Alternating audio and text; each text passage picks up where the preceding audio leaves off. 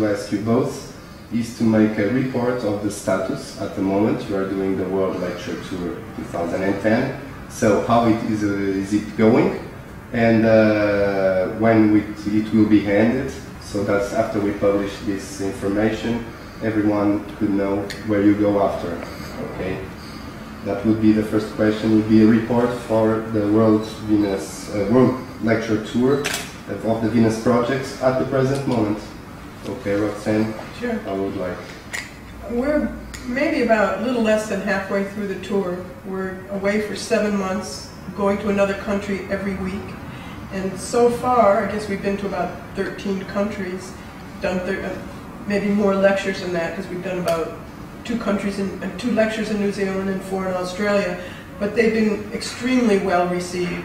And the members of the Zeitgeist movement are always very enthusiastic to have us there. And it's been really refreshing to us too, invigorating just to see all that. And people who know about the movement and have a good background with the material, it's been really wonderful to see.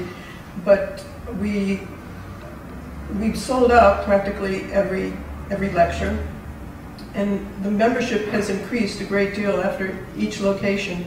So I think it's been going very well. And we've gotten a lot of press, and even some mainstream press, which is very difficult to get, because it was very contrary to what's going on out there. Exactly. Just you could say to us where countries you're going after, so we publish. I'd have to look at the list. Okay. Want to look at the list? No, don't worry. I really don't even. Next one is. We're going. I'll say. No, don't worry. We would like to make another question. Here in Portugal, we are exploring the differences and the relations between the Zeitgeist movement and the Venus Project. So we think the Zeitgeist movement is for education, and the Venus Project is responsible for the transition. I would like to hear from the words from yourselves. What difference can we put between the Zeitgeist movement and the Venus Project, and the relations? Well, I don't know if there is that much difference between the Zeitgeist movement and the Venus Project. I always looked at them as kind of one and the same. It originated when Peter Joseph did the film Zeitgeist, and a lot of people came to him and said, well, where do we go, what do we do?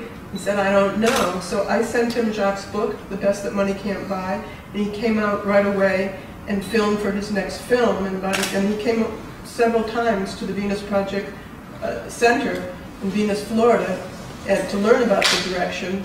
And about a year later, he came out with Zeitgeist Addendum. And since the Venus Project had already had a background with the name, the Venus Project, we had been written about all over the world, not touched in the United States where we live. But so we had been doing the Venus Project for about, I guess, 20 years since we moved to Venus, Florida, but we had been working on it before that under another name. So we left the name, but since Peter had such a good response to the name Zeitgeist, he started the Zeitgeist movement and left the name because he had so much recognition with his films. But he states in the very beginning that the Zeitgeist movement is the activist arm of the Venus Project. So we're working towards one and the same. Exactly. So if I may synthesize, if you agree, the Zeitgeist Project, the movement and the project are the same, okay? Yes. It's a statement. Because for us it's important to see where each entity stands, and those are good words you can give to us to see that everything is mixed. Well, and I will tell you just one thing. Is because lots of time we think Zeitgeist movement is educating the people, okay? And the Venus Project is making the transition with the technology solutions and so on. And so I would like you to synthesize that we are only one, and we are all the same. Yes, okay. I think so. We're working towards the same direction. Jacque has worked on this direction all his life, and we called it the Venus Project since we moved to Venus about 20 years ago.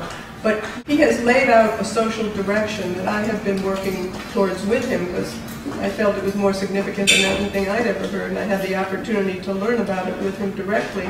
So we have been working on it for the last 35 years together, and he has an entire social direction to move towards, anything unlike anything that's gone before. And he's worked with people and drug addicts and alcoholics and learned how to change their values. He's worked on a new total value system that's appropriate to this direction. So when Peter found out about it, he also felt it was the most significant direction to work towards. So the Zeitgeist movement is an organization to educate people about this. So is the Venus Project, because we make books and videos, and we use each other's, you know, the websites are very much similar. We have the same things on both websites, but it's just kind of a different name. So the Zeitgeist movement is a place to organize people, to educate people, introduce them to this direction. And there are members all over the world. We started chapters all over the world of naming it the Zeitgeist movement. And when we go and lecture, it's the different movements in each country that are sponsoring us, helping to get venues and to advertise for the lectures. So we're all working together towards a common direction. Thank you very much, because those were the words we needed to hear, to feel as the only one thing.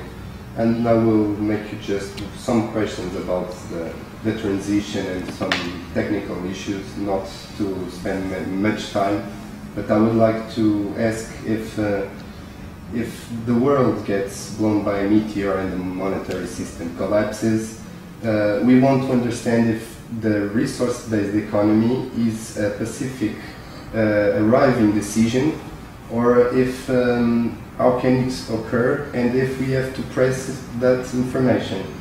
So I would like to ask if we have the technology to be now in the resource-based economy, and how can we make that click to go to resource-based economy? We as Portuguese and all living our lives, okay?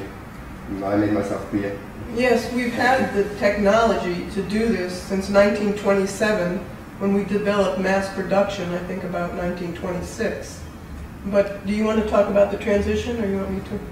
You can talk about it. Now is the time we feel that it's necessary and urgent to talk to people about this direction. They have to learn about this direction, because it's unlike any direction that's gone before. As I mentioned, it's not communism, socialism, free enterprise isn't, free enterprise isn't, I don't know if that's a word, it's not free enterprise or capitalism or fascism, but it's based on science and technology applied to the social direction. It's essentially nobody's wishes or aspirations, but the intelligent management of the Earth's resources. It's not scientists telling people what to do, but the methods of science. That's quite different. To organize our society for the end goal to benefit people and the environment. So the transition, we feel, really won't occur until the systems start to collapse, and they are on their way out. The United States just bailed out the automobile companies, the banks, the corporations that caused the problems in the first place in the United States. They gave them all the taxpayers' money. This is not going to work, because we have no product to compete with other countries.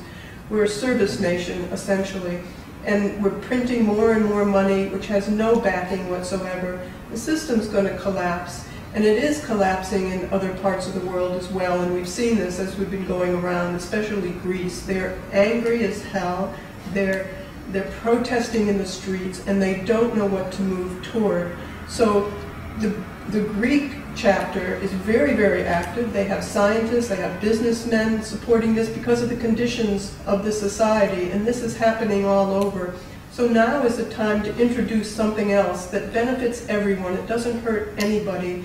We feel the wealthiest people of today would live better in a resource-based economy, but they just don't know it. So our aim, and we feel that everybody's aim, should be to introduce this direction. Learn as much as you can about it. If you identify with it,